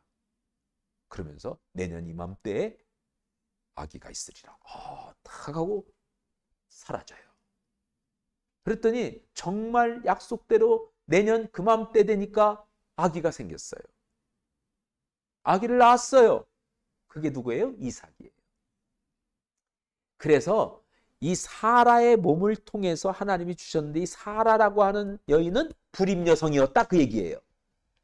다른 종의 몸을 통해서도 이스마엘이라는 아들이 있었지만 하나님은요 사라를 통해서 후사를 주겠다 약속하신 거예요. 근데 이 사라가 불임 여성이었다, 그 얘기예요. 하나님은 기적을 일으키시는 분이시란 말이에요. 그래야만 사람이 믿으니까, 그래야만 사람이 아니까. 그래서 이삭을 낳았어요. 이삭의 아내가 누구예요? 리브가인데, 리브가도 불임 여성이에요. 리브가도 아기를 못 낳는데 하나님은 리브가에게 또 후사를 약속하세요. 왜냐하면 이삭에게 똑같이 하나님 아브라함에게 한 것을 이삭에게도 약속을 해주시니까. 그래서 이 이삭이요 하나님께 기도하니까 리브가의 태문이 열려서 아기를 낳았잖아요. 하나님의 은혜로 낳은 아기, 그 아기가 바로 에서와 야곱입니다. 야곱으로 이어지는데 이 야곱의 아내, 야곱이 정말 사랑했던 아내가 라헬입니다. 라헬인데도 이 라헬이 또 불임 여성이에요. 성경 왜 그렇게 불임 여성을 하나님이 택하셨느냐, 그 얘기예요. 그것은 하나님이 주시는 거라는 거예요. 하나님이. 의의 후사들은, 믿음의 후사들은 하나님이 주시는 거라는 거예요. 여러분, 우리가 어떤 기업이 있잖아요. 어떤 생업이 있잖아요. 이 생업이 내가 열심히 일해서 정말 큰 어떤 그런 가업이 될 만큼 그렇게 큰 회사를 일으켰다 생각해 보세요. 그런데 이것은 내가 노력해서 일으킨 것은 한 10밖에 안 되지만 하나님이 그 회사의 주인이 되시면 사람이 이룰 수 없는 놀라운 기업으로 이루게 되는 겁니다. 그것이 하나님의 기업이 되는 거예요.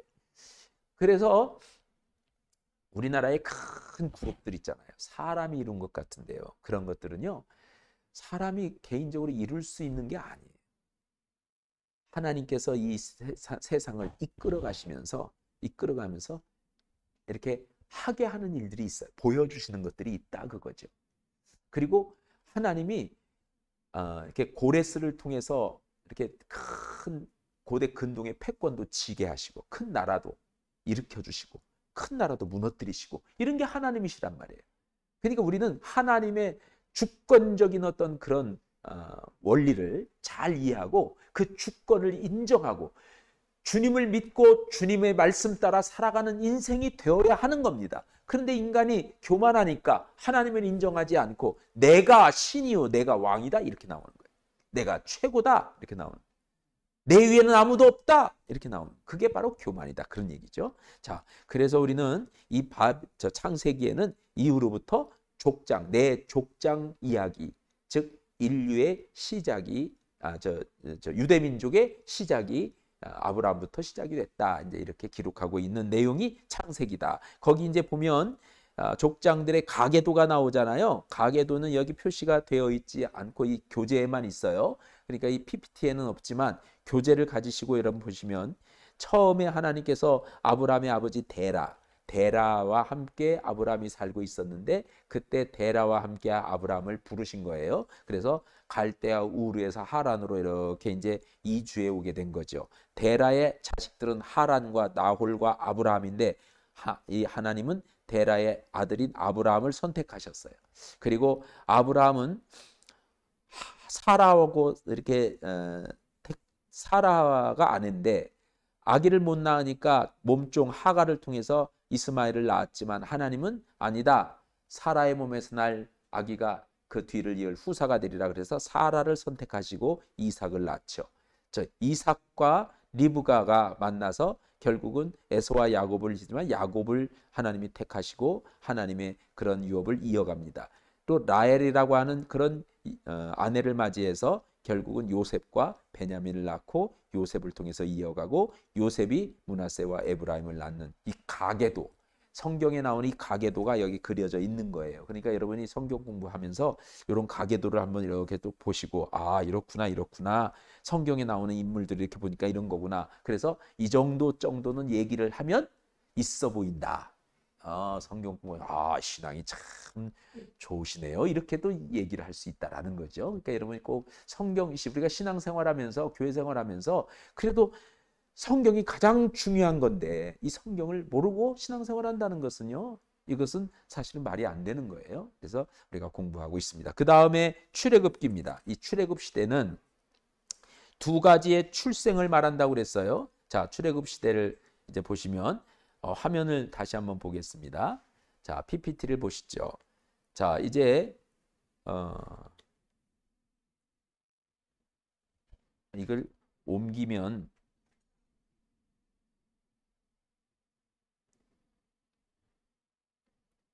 됐네요, 이제. 네. 자, 이렇게 옮기면요. 이게 좀 잘 안 되나 봐요. 자, 이제 됐습니다. 자, PPT를 보시면 이 출애굽기 두 가지의 구출, 두 가지의 출생을 얘기하는 거예요. 두 가지의 구출을 얘기하는 거예요. 뭐냐면 이런 거죠. 우리가 낳는 것도 육신의 출생이 있고 영적인 출생이 있는 거예요. 우리가 구원도 육적인 구출, 구원이 있고 영적인 구출이 있다. 이제 이런 얘기를 지금 여기 출애굽기에서 하고 있는 겁니다. 자, 여러분 가지고 있는 교재를 보세요. 교재 출애굽기 바로 옆에 뭐라고 적혀 있습니까? 여기 보면 육신의 출생과 마찬가지로 영적인 출생도 있어야 한다. 그렇게 이제 기록하고 있잖아요. 자, 이스라엘 백성들이 애굽에 가 가지고 430년 동안 있으면서 400년 동안 있으면서 거기에서 많은 그런 이제 자식들을 낳아요. 후사들을 낳습니다. 그래서 큰 민족이 됩니다. 거대 민족이 돼요. 350만이 넘는 그런 인구로 그렇게 성장을 했습니다.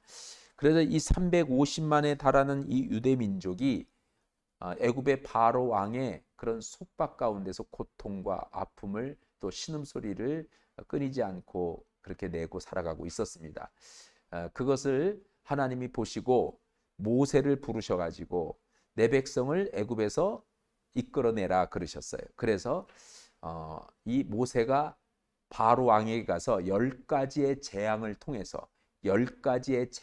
통해서 애굽에서 이스라엘 백성들을 구출해냅니다. 이게 육적인 구출이에요. 육신적인 구출. 육신적인 구출을 말하는 거예요. 이것이 1장에서 19장까지의 내용입니다. 애굽에서 시내산까지의 어떤 그런 이제 여정을 말하는 거죠. 이게 애굽에서 종살이 노예 생활하던 이스라엘 백성들을 그 애굽에서 건져낸 것, 그것이 육신적인 구출, 육신적인 출생이라 그렇게 말. 10가지의 재앙을 통해서 이루신 일이에요. 그리고 그 기간은 4개월 정도 됩니다. 그리고 영적인 구출이 있습니다. 영적인 구출은 시내산에서 이제 하나님이 현현하신 시내산, 여기 지금 시내산이 이렇게 있으면요. 이스라엘 백성들이 시내산 주변으로 다 이제 모였어요. 왜? 하나님께서 여기 현현하셨기 때문입니다. 그래서 모세가 이 시내산으로 올라가서 하나님께 십계명을 받잖아요. 그리고 십계명을 가지고 내려와서 백성들에게 십계명을 얘기하면서 내가 너희에게 준 이 율례와 법도와 규례를 너희에게 줄 가나안 땅으로 들어가서 너희가 이 계명대로 살면 너희가 열방의 빛이 될 것이고 복의 근원이 될 것이다. 너희는 큰 민족, 큰 나라로 하나님께서 세워주실 것이다. 만일 그렇게 너희가 내가 너희에게 준 이 율례와 법도와 규례를 따라 살면 나는 너희의 하나님이 될 것이고 너희는 내 백성이 될 것이다 라고 그렇게 말씀을 하세요. 그것을 백성들에게 모세가 내려가서 하나님의 말씀을 전했어요. 그랬더니 이 백성들이 뭐라고 그래요? 네, 알았습니다. 그렇게 하겠습니다. 하나님의 말씀대로 살겠습니다. 그래서 그 하나님과의 언약 체계를 통해서 그 모인 백성들이 하나님의 백성이 되는 거예요. 그 모인 사람들이 영적으로 구원받게 됐다. 즉 영적인 구출이 이루어졌다. 그러니까 육신적인 출애굽의 사건을 통한 구출과 영적인 구출을 두 가지 이야기를 얘기하고 있다. 육신의 출생과 영적인 출생을 같이 얘기하고 있다. 그런 얘기예요. 애굽에서 출애굽한 것이 육신적인 구출이라면 신의 산에서 영적으로 이제는 하나님의 백성이 된 것이 바로 영적인 구출이다. 10가지의 재앙을 통해서 이룬 것이라면 이 영적인 구출은 십계명을 통해서 우리가 이루어지게 되는 겁니다. 하나님의 율법, 율례와 법도와 규례, 십계명이 뭡니까? 전심으로 하나님을 사랑하고 내 형제 내 이웃을 사랑하라. 그리하면 너희가 내 백성이 될 것이고 나는 너희 하나님이 되리라 라고 하는 그런 말씀이에요. 이 시내산에서 있은 기간이 거의 1년 좀 넘게 있었어요. 근데 이제 이 출애굽, 이 애굽에서 이렇게 나온 것까지 이렇게 보면 한 2년 가까이 잡는 건데 실제로는 1년 조금 넘게 있었습니다. 자, 이렇게 해서 출애굽을 했어요. 이것을 이제 우리가 지도상으로 이렇게 이제 우리가 봤었죠, 한번. 자, 애굽에서 이스라엘 백성들, 이 히브리 민족들이 이제는 출애굽해 가지고 시내산으로 왔어요. 그래서 애굽에서 나온 이 출애굽 사건이 육신적인 구출이라면 시내산에서 영적인 구출이 있었다, 구원이 있었다, 이렇게 이제 말해요. 그게 출애굽의 두 가지 사건입니다. 자, 그래서 이 두 가지 사건을 보면 출애굽의 두 가지 구출, 성경에 즉 1장에서부터 출애굽기 나와 있는 출애굽 사건 두 가지 사건을 보면 이런 거예요. 자, 애굽에서 시내산까지의 내용, 이게 이제 7장까지의 내용이에요. 시내산에서 있었던 이야기가 출애굽기 19장 3절에서부터 출애굽기 40장까지가 아니고요. 민수기 10장 10절까지 시내산에서 있어요. 네, 이게 이제 성경이 그래서 이어진 거예요. 이야기. 하나님의 그 스토리, 하나님의 이야기가 이어진 거예요. 시내산에서 있었던 그 기간이 출애굽기 19장 3절에서부터 민수기 10장 10절까지 그 시내산에 있었던 것을 기록하고 있다. 그런 얘기예요. 그래서 여기 보면 11개월 19일이죠. 여기 지금 11개월 19일. 자, 여기 11개월 19일이잖아요. 그리고 민수기 10장 11절부터 여호수아 2장까지가 이제 시내산에서 요단까지의 내용, 과정이에요. 요단. 이게 이스라엘 백성들이 이제 요단강 동편에 진을 치고 여호수아를 통해서 이제 가나안 땅으로 들어오게 되잖아요. 그래서 이 동편에 요단 그 동편, 즉 요단강 동편에 진을 치고 있어서 그 가나안 들어오기 전까지가 여호수아서 2장까지예요. 여호수아서 2장까지가 거기에서 있으면서 이제 여호수아가 이스라엘 백성들을 이끌고 들어오는 어떤 그런 과정들을 겪게 되는 거죠. 그게 이제 38년 정도 걸리는 거예요. 그러니까 시내산에서 출발해 가지고 38년 동안 이제 광야 생활을 하다가 요단 동편에 이르게 된 거죠. 요단 동편에 이르러서 거기서 이제 있으면서 가나안 땅으로 들어오게 되는 그런 내용이 되겠습니다. 요것은 이제 하나님의 계시로 되어진 거고 이스라엘의 책임을 말하는 거예요. 이것은 시내산에서 이제는 너희들이 내가 너희에게 이렇게 할 테니까 너희는 이렇게 해라라고 하는 하나님께서 어떤 언약을 체결하면서 이스라엘에게 책임을 요구하는 거예요. 이게 구원받은 이스라엘 하나님의 백성들은 하나님의 말씀대로 살아야 될 책임과 의무가 있다 없다? 있다는 거예요. 그렇게 말씀대로 살아갈 때 우리는 날마다 하나님의 구원을 경험하면서 살게 되는 것입니다. 우리의 영이 구원받은 하나님의 사람들이 되는 거예요. 영이 구원받는 하나님의 사람들. 그리고 이제는 광야의 여정이 필요한 모든 사항들이 이제는 민수기 1장에서 10장까지 내용으로 품고 있습니다. 여정이 필요한 모든 사항들이 그렇게 품고 있다. 민수기 10장까지 여정이 필요한 사항들까지 이렇게 민수기 10장까지 하고 있고, 이제 광야 생활이 이후로부터 이제 시작이 되어지게 되는 겁니다. 자, 이스라엘 백성들이 출애굽할 때 가장 중요한 사건이 뭐였냐면 마지막 10번째 재앙이죠. 10번째 재앙. 이 10번째 재앙을 맞았을 때 이 재앙이 장자 재앙이었잖아요. 장자 재앙. 그러니까 처음 난 장자들은 전부 다 죽는 거예요. 하나님이 그렇게 다 처음 난 장자들은 죽을 거다. 그 처음 난 장자는 장자뿐 아니라 첫 태생들, 짐승들도 전부 다 처음 난 건 다 죽어요. 처음 난 것은 다 죽어요. 짐승들도. 그래서 이 처음 난 것을 살 수 있는 방법이 뭐냐? 처음 난 것 살 수 있는 방법이 뭐예요? 어린 양을 잡아서 그 양의 피를 이 출입문 문방 출입문 문설주에다가 다 이렇게 바르라 그거예요. 임방설주에다 바르라는 거예요. 이 임방설주에다가 다 이렇게 바르면 죽음의 사자가 이렇게 가다가 요 발려진 집은 그냥 이렇게 넘어갔어요. 그래서 유월절이라고 그런 거예요.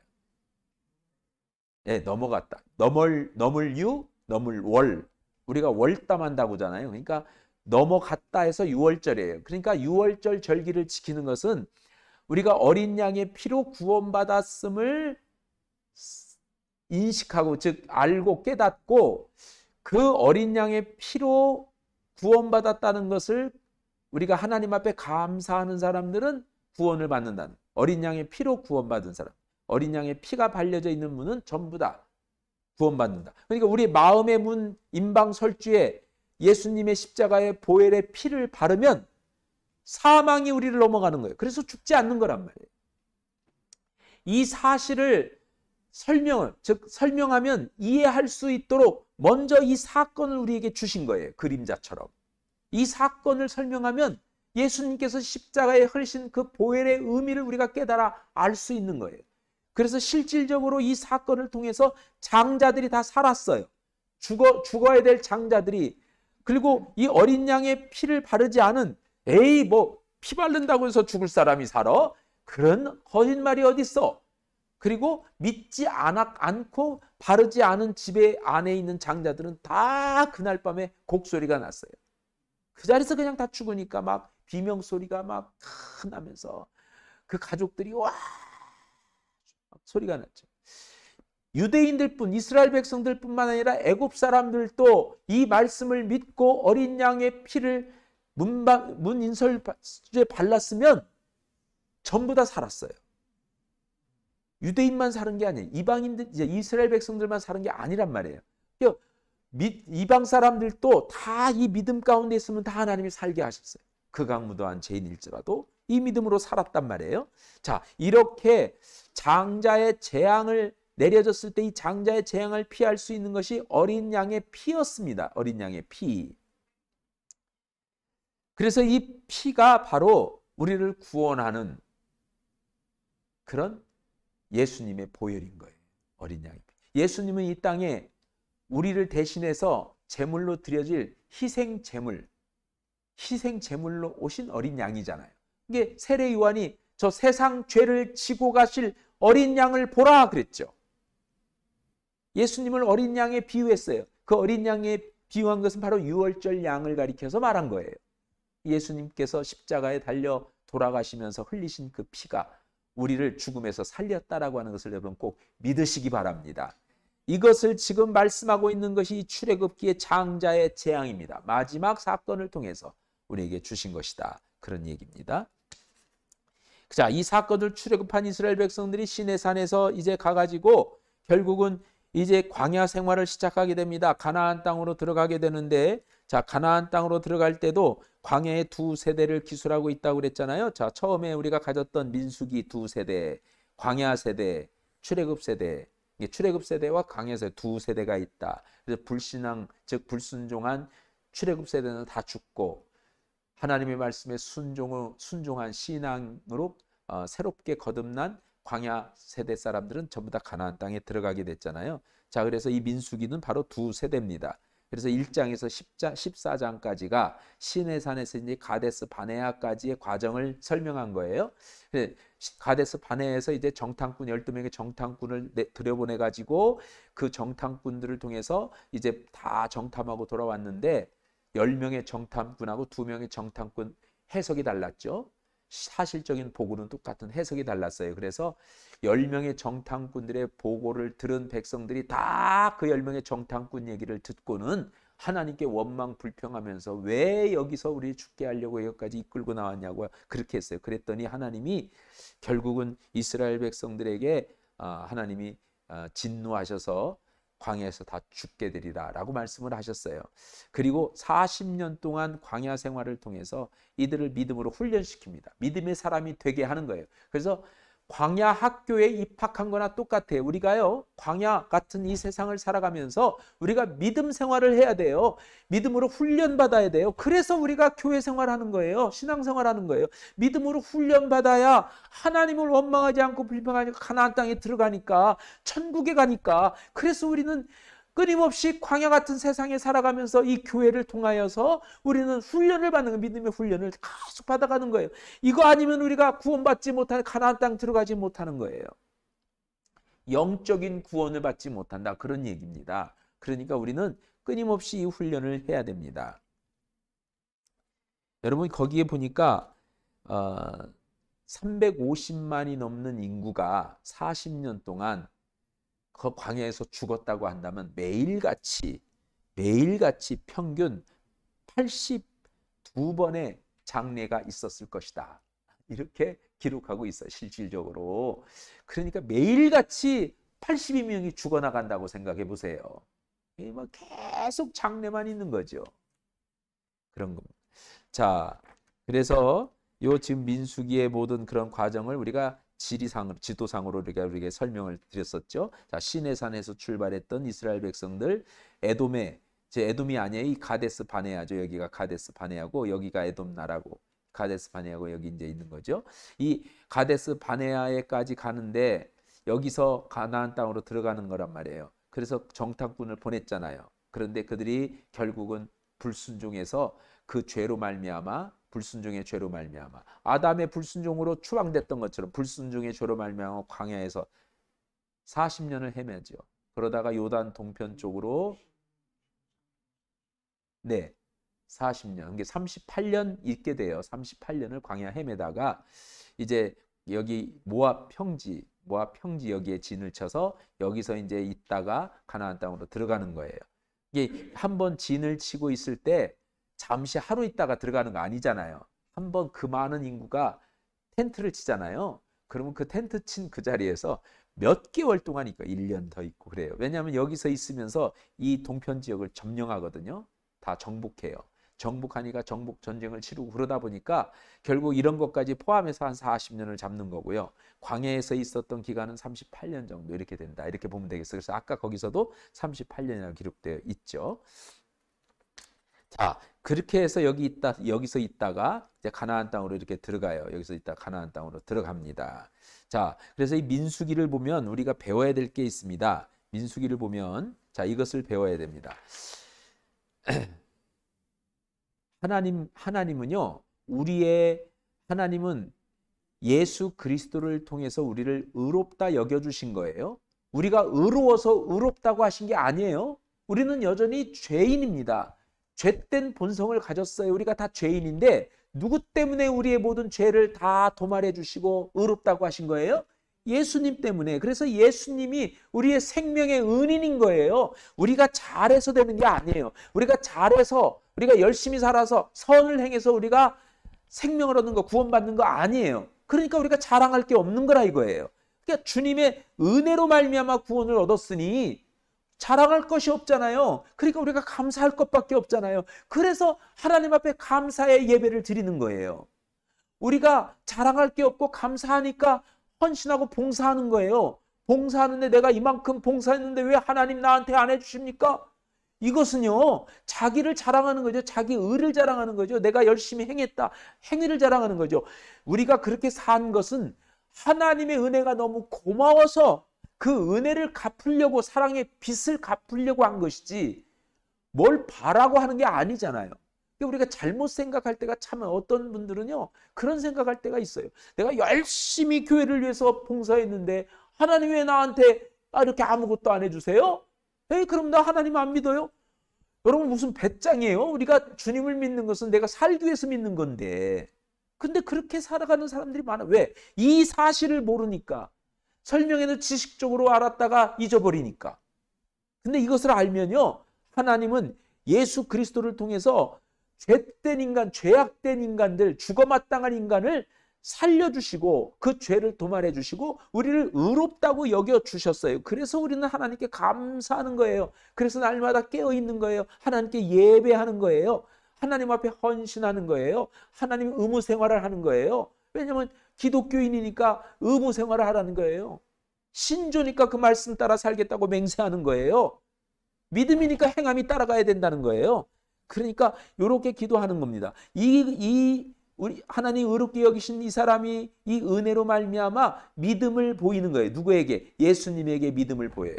이제 내가 이렇게 살겠습니다라고 이 믿음을 보입니다. 그때 예수 그리스도를 통해서 하나님께 기도합니다. 예수님을 이름으로, 예수님의 이름으로 하나님께 기도하고 예수님의 이름으로 행하고, 내 이름으로 하면 안 돼요. 예수님의 이름으로 내가 헌신하고 봉사하고 섬겨야 되는 거예요.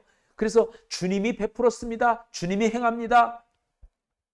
우리 교회는요, 하나님의 은혜가 감사해서 자기 이름으로 하지 않고 그냥 이렇게 하나님의 이름으로 하는 사람들이 많아요.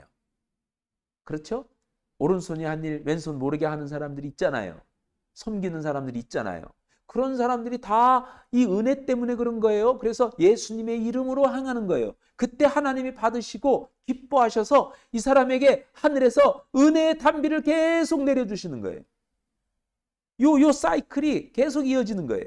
그래서 하나님은 요 사이클, 즉 이 사이클 절대 잊어버리지 마세요. 그래서 이 믿음으로, 예수님의 이름으로 살아갈 때 하나님은 이 믿음을 보시고 다시 예수님의 그 은혜로, 십자가의 그 은혜 보혈로 이 사람에게 날마다 은혜를 베풀어 주시는 거예요. 그러면 더 감사하고 믿음으로 살아갈 때 이 사이클이 계속 돌아가는 거예요. 그게 민수기를 통해서 우리가 배워야 할 것이다, 그런 얘기예요. 근데 이 민수기, 광야 생활하던 이스라엘 백성들은 그렇게 하지 못했어요. 마치 가인이 하나님 하면서 자기 자랑을 하는 거예요. 내가 이렇게 했습니다 하고 자랑했단 말이에요. 그런 것처럼 그렇게 살아갔던 사람들은 전부 다 광야에서 죽고, 그리고 믿음으로 사는 사람이 다 구원받았다라고 하는 게 민수기의 내용이다. 자, 광야에서 이제 가나안 땅으로 출애굽, 가나안 땅으로 들어가죠. 그래서 가나안 정복을 하게 됩니다. 그래서 두 가지 분할입니다. 이 두 가지 분할, 정복하기 위한 가나안의 분할이 있어요. 정복하기 위한 가나안의 분할이 있는데, 여기 보면 정복하기 위한 가나안의 분할이 있고 정착하기 위한 가나안의 분할이 있어요. 자, 말씀드렸던 것처럼 정복하기 위한 가나안의 분할은 여기 한번 보세요. 정복하기 위한 가나안의 분할은 이스라엘 백성이 들어가 가지고 일단 중부권을 차지해요. 그래야만이 북쪽과 남쪽 사람들이 서로 연합을 못하죠. 중부권을 차지해서 분할시켜요. 북과 남을. 그리고 북을 점령하고 남쪽을 점령합니다. 그러니까 아주 전략적으로 한 거예요. 이것이 바로 이게 정복을 위한 분할이다. 그리고 이렇게 7년 동안 이 일을 행했어요. 정복을 하고 그 다음에 이 땅을 전부 다 차지한 후에는 12지파에게 이렇게 나눠줬어요. 이렇게 이제 나눠줬어요. 이렇게 나눠준 것이 정착을 위한 분할이에요. 12지파에게 분할해서 나눠줬다. 이게 이제 여호수아서의 내용이다. 그런 내용이죠. 그렇게 이해를 하시면 되겠습니다. 정복할 때는요, 7년 동안 정복을 했는데 분깃을 나눠줄 때는 제비뽑기로 나눠줘요. 어디가 좋은 데는 왜 저 지파만 좋은 데 줍니까? 왜 우리한테 나쁜 데 줍니까? 죽어도 욕 먹잖아요. 죽어도. 그래서 제비뽑기 하는. 그래서 하나님의 방법은 제비뽑기예요. 그래서 우리 모두 감리교는요, 감독 선거하거나 뭐 감리사 선거하면 제비뽑기 해야 되는 거예요. 근데 이 제비뽑기를 안 하기 때문에 문제가 생기는 거예요. 세상 사람들처럼 선거를 한단 말이에요. 제비뽑기를 해야 되는데. 그래서 제비뽑기 합시다. 자꾸 그래도, 왜냐면 선거하다 보니까 패거리 싸움이 되잖아요. 갈리잖아요.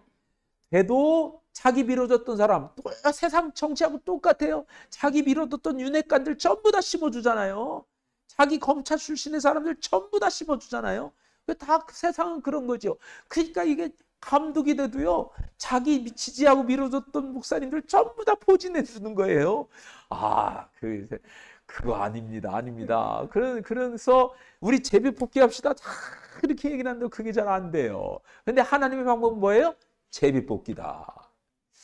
제비뽑기면 누가 원망하네요. 하나님이 하셨네. 어쩔 수 없지.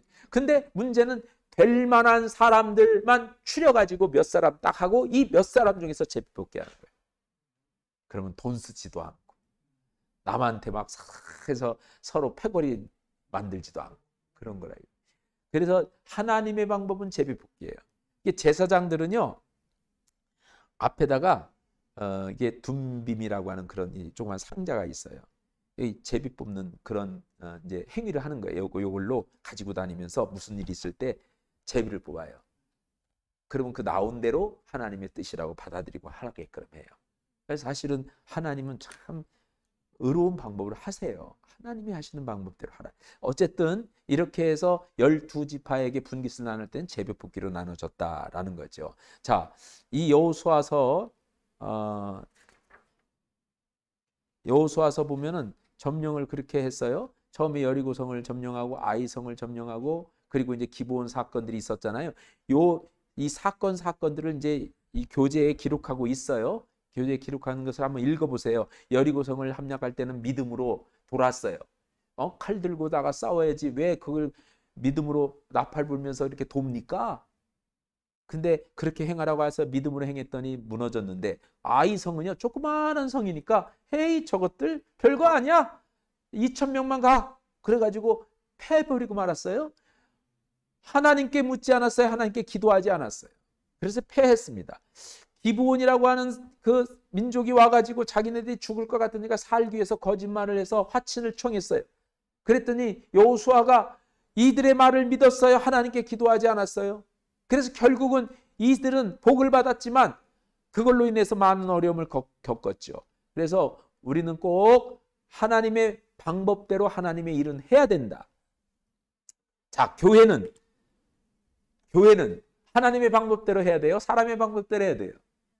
하나님의 방법대로 해야 됩니다. 그래서 말씀대로 해야 되는 거예요. 사람들이 좋다고 그렇게 하면 안 되는 거예요. 하나님이 원하고 하나님이 기뻐하는 일을 하는 게 교회라는 거예요. 그것 때문에 서로 싸우면 안 됩니다. 그냥 하나님의 심판이 있어요. 내 생각을 고집하다가 서로 막 패거리 싸움하고 서로 자기 사람들 막 끌어들여가지고 그런 식으로 하면 그 교회는 더 이상 하나님이 거기에는 없는 거예요. 근데 그렇게 하는 사람은 하나님이 크게 심판하죠. 진짜 그렇게 심판받는 사람이 수없이 많아요.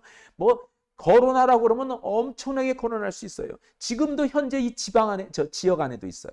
그러니까 우리는 하나님을 무시하고 하나님을 대적하면 절대 안 됩니다. 우리는 주님이 주신 말씀을 따라 행하는 거예요. 하나님의 일은 하나님의 방법대로 해야 하는 것입니다. 이제 사사기. 자, 우리가 조금 시간이 지났지만 요거 마무리 짓고 하겠습니다. 여기까지만 하고 다음 시간에 할까요? 네, 그럴까요? 어차피 좀 이어져야 되는 거니까. 맞아, 해요? 네. 자, 그 다음에 이제 사사기인데요. 사사기는 계속 거기 처음에 뭐라고 그랬어요? 과거를 무시하는 자들은 죄를 반복할 수밖에 없다 그랬잖아요. 그래서 늘 끊임없이 죄를 반복하면서 살아가는 그런 이스라엘 백성들의 모습을 그리고 있는 게 사사기입니다. 이 사사기는 다섯 단계로 구성된 죄의 순환 과정을 얘기해 주고 있어요. 다섯 단계로 구성된 죄의 순환. 그래서 이스라엘 백성들이 여러분 그 성경책 없으시죠? 성경책 가지고 있는 분들만 한번 펼쳐보세요. 사사기 3장. 사사기 3장이 그것을 그대로 얘기해 주고 있어요. 교재에 그대로 나와요. 교재 나오니까 여러분 그 교재도 참조하시면 됩니다. 자, 사사기 3장이 펼쳐보세요. 사사기 3장. 예, 사사기 3장이 몇 페이지인지 모르시죠? 예. 자, 사사기 3장은 자, 사사기가요. 362장, 364장, 364장입니다. 364장. 예. 364장. 찾으셨죠? 네. 364장에 보면 거기 이렇게 이제 시작해요. 이스라엘의 다섯 단계를 밟으면서 죄를 거듭 짓습니다. 그 첫 번째 단계가 죄의 단계인데 그 단계를 잘 설명하고 있는 것이 바로 사사기 3장이에요. 3장 7절입니다. 3장 7절. 먼저 이스라엘 백성들이 여호와의 목전에서 악을 행하면서 3장 7절 한번 읽어보겠습니다. 시작.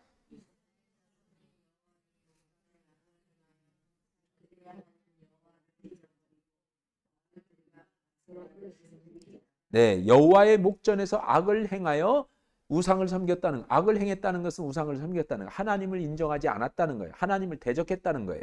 그래, 잊어버렸다. 그리고 우상을 섬겼다는 거예요. 그로 말미암아 하나님은요 이스라엘 백성들을 죄악 가운데 내버려 두세요. 그러니까 이방 민족들에게 압제를 당하는 고통을 당합니다. 어려움을 겪습니다. 그때 그 어려움 속에서 다시 이스라엘 백성들은요 과거에 그때 하나님을 다시 찾아요.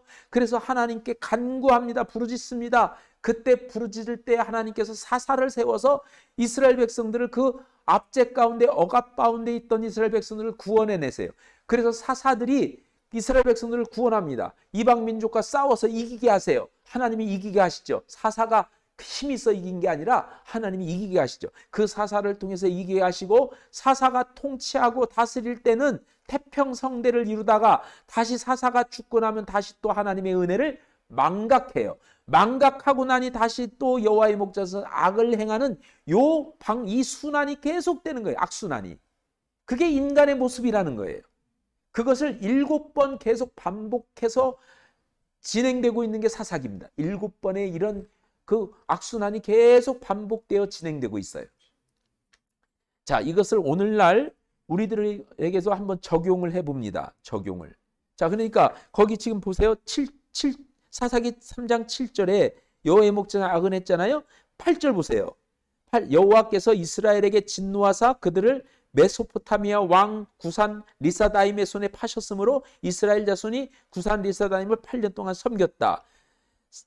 9절에 보니까 이스라엘 자손이 여호와께 부르짖음에, 그리고 10절에 보니까 구원의 단계죠. 9절 10절에 여호와께서 그들을 위하여 한 구원자를 세워 구원하게 하시니 온니엘이라 여호와의 신이 그들에게 임하셨으므로 온니엘의 손이 구산 리사다임을 이기니라 그랬어요. 그리고 다섯 번째 역시 망각의 단계죠. 그 다음 보니까 그들이 여호와의 길로 행하며 기쁘게 섬겼더라. 여호와의 길로 행하며 기쁘게 섬기. 이것은 뭐냐면 성경에 그렇게 기록해 있으면 좋은데 뭐라고 기록돼 있어요? 그 다음 9절 11절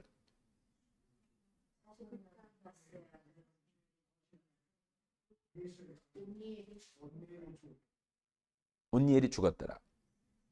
그리고 악을 행했더라. 그렇죠? 그러니까 이게 지금 계속 온니엘이 죽었더라. 죽고 나서는 태평성대를 이루던 그들이 다시 또 망각하고 다시 죄를 지어 악을 행해요. 그게 이제 계속 반복되는 거예요. 그것이 바로 그들이 여호와의 길로 행하며 기쁘게 섬겼더라라고 하면 얼마나 좋겠냐는 거예요. 그런데 망각하고 다시 죄를 범했다. 이게 사이클이라면, 그게 인간의 사이클. 이것이 과거 사사시대에서만 이런 게 아니라 오늘날도 마찬가지라는 거예요. 자, 오늘날도 마찬가지라는 것을 지금 다음 그림에서 볼 수가 있어요. 자, 한번 적용해 보세요. 지금 이 사람은요, 믿는 하나님의 사람, 아주 신사적인 그리스도인입니다. 얼굴에 뭐가 이렇게 좀 얼근 부분도 많이 있고, 뭐 검버섯이 많이 난 것 같아요. 신사니까 나이 들었어요. 근데 이 신사가 교회를 잘 다니는 그런 예수 믿는 사람인데 뭔가 하여튼 하나님의 말씀이 주어지면 뒤로 자꾸 미루는 죄를 범해요. 아이, 다음에 할게요. 다음에 믿을게요. 아이고, 뭐 저기 지금 바빠서요. 이 일이 해결되면 믿을게요. 아이, 좀 평안해지면 믿을게요. 아, 그러면서 자꾸 뒤로 미룹니다. 뒤로 미루는 죄를 범해요. 그러다가 어떤 시험을 당하게 됩니다. 시험을 당하게 돼요. 어려움을 겪게 돼요. 그때서 정신을 차리고 하나님 하고 기도를 합니다. 그때 하나님이 도우십니다. 그 은혜로 말미암아 그 어려움, 그 시험을 잘 이깁니다. 그래서 또 다른 하나님의 기회로 하나님의 축복을 경험합니다. 그러다가 그 주신 축복 때문에 또 하나님을 잃어버리고 망각하고 다시 또 뒤로 미루기 시작해요. 서원하고 약속했던 걸 열심히 하겠습니다. 그렇게 하나님이 도우시니까 그렇게 열심히 하겠다고 하더니 망각하고 나서는 다시 또 아유, 지금은요 상황이 조금 어려워서요, 내가 다음에 할게요 하면서 또 미루는 죄를 범하더라. 이것이 계속 반복되는 게 오늘날 그리스도인들의 신앙생활 중에 하나라 이거예요. 그러니까 우리는요 이 사사시대처럼 살아가면 안 된다. 그래서 끊임없이 너희들은 깨어 있어야 된다. 항상 기도하라. 쉬지 말고 기도하라. 항상 기도하라. 항상 기뻐하라. 쉬지 말고 기도하라. 범사에 감사하라. 이것이 그리스도 예수 안에 너희를 향하신 하나님의 뜻이다. 이렇게 말씀하고 있는 거예요. 자, 그 다음 마지막 사무엘상입니다. 사무엘상까지가 다 끝나는 거예요. 사무엘상은 두 명의 통치자, 사무엘에 대한 이야기, 지도자, 마지막 사사예요. 마지막 사사. 그리고 사울 왕. 이제는 이스라엘에게도 왕정시대가 시작되면서 초대 왕입니다. 왕정시대. 이건 신정시대. 사사시대는 신정시대입니다. 그리고 왕정시대는 사무엘 왕부터 시작되는 거예요. 이때는 사사들이 세워졌고 왕정시대는 왕이 세워집니다. 사사시대 때는 그 이제 사무엘 선지자는 아들들이 그 뒤를 이었어요. 아들들이 그 뒤를 이었는데 결국은 그 아들들이 타락해버리고 말죠. 그래서 사무엘은 정말 하나님 앞에 신실한 사람인데 자녀 교육에는 실패합니다. 이 밖에서 유명한 사람들이, 성공한 사람들은 되게 자녀 교육에 실패하더만요. 여러분들은 세상에서 덜 성공해도 자녀 교육에는 실패하지 마십시오. 세상에서 성공하는 거 나중에 별로예요. 하나님께 성공해. 하나님에 대해서 성공해야지 세상에 대해서 성공하려고 하지 말고 적당히 성공하시고 자녀들 교육에 성공해야 됩니다. 후사들이 복을 받아야 됩니다. 믿음에 성공하십시오. 믿음에 승리하시기 바랍니다. 그리고 이 사울 왕도요, 결국은 다윗이 그 뒤를 이어가는데 다윗을 시기 질투하죠. 사울 왕은 다윗을 자기 사위로 삼습니다. 그런데도 결국 질투를 해서 이 사울의 가문은 멸망해버리고 말죠. 이게 멸망한다, 타락했다 이런 것을 두 명의 통치자에 대한 이야기가 사무엘상에 대한 이야기입니다. 이 사무엘상에 대한 이야기, 이제 사무엘을 통하여서 사울 왕이 기름을 부음을 받습니다. 이때는 이 사울 왕이요 얼마나 겸손했는지 성경에서도 그의 겸손함이 다른 사람에게서 볼 수 없는 겸손이었다. 그리고 키도 크고 얼마나 무릎 꿇고 그냥 기름을 부음을 받고 하나님의 명을 따라 살겠다고 했습니까? 그런데 그가 이제는 왕이 된 이후에는 이 왕관을 쫓아 살아요. 이 왕이 되면 사람이 변해요. 달라져요. 그래서 이제는 백성들의 눈치를 보게 되고 왕의 눈치는 보지 않았습니다. 왕의 말씀을 따라야 되는데 백성들의 아버지 좋은 그런 것을 따라가고, 그래서 인기를 얻으려고 해요. 자기의 인기를 얻으려고. 여러분, 세상 사람들의 인기를 얻으려고 하지 말고 하나님으로부터 인정받는 자가 진정 승리하는 자가 된다고 하는 것을 잊지 마십시오. 그래서 결국은 이렇게 왕이 돼서 편안해지게 될 때에 사탄이 틈타는 거예요. 사탄이 틈탑니다. 그래서 결국 이 사울은 결국 그 가문까지 하나님이 멸망시키죠. 그걸 바라볼 때 우리는 경종을 울리는 그런 모습을 보게 됩니다. 하나님이 그런 모습 속에서 우리에게 울리는 경종을 잘 귀 기울이시고 우리는 끝까지 주님을 믿고 믿음 안에서 살아가는 여러분이 되시기를 원합니다. 오늘 여기까지 하겠습니다. 네, 수고하셨습니다. 이제 긴 시간, 오늘은 1시간 40분 했습니다. 너무 긴 시간인데 여러분 끝까지 잘 완주해 주셔서 고맙습니다. 이제 사실은 오늘 본문이 좀 길지만 중간에 끊기도 참 애매한 그런 이제 분량이어서 이렇게 했습니다. 좀 더 자세히 설명하다 보니까 이렇게 길었지, 그냥 이렇게 좀 대목대목으로 이렇게 얘기하면 1시간이 뭡니까? 30분도 끝낼 수 있습니다. 그런데 길게 한다고 원망하지 마시고 불평해하지 마시고 길게 하는 것이 좋은 겁니다. 저는 목이 아파도 좀 더 자세하게 설명해 드리는 거니까 좋게 생각하시고, 이제 다음 7과인데 7과는 좀 더 길기 때문에 2주에 걸쳐서 해야 될 것 같습니다. 그래서 그렇게 하시면 저희들이 이제 10주, 11주 과정, 10주 과정으로 맞춰지게 되는 겁니다. 그러니까 다음 2주, 다음에 이어질 2주의 과정까지 7과까지 여러분 잘 완주해 주시기를 바라며 오늘 또 수고하셨습니다.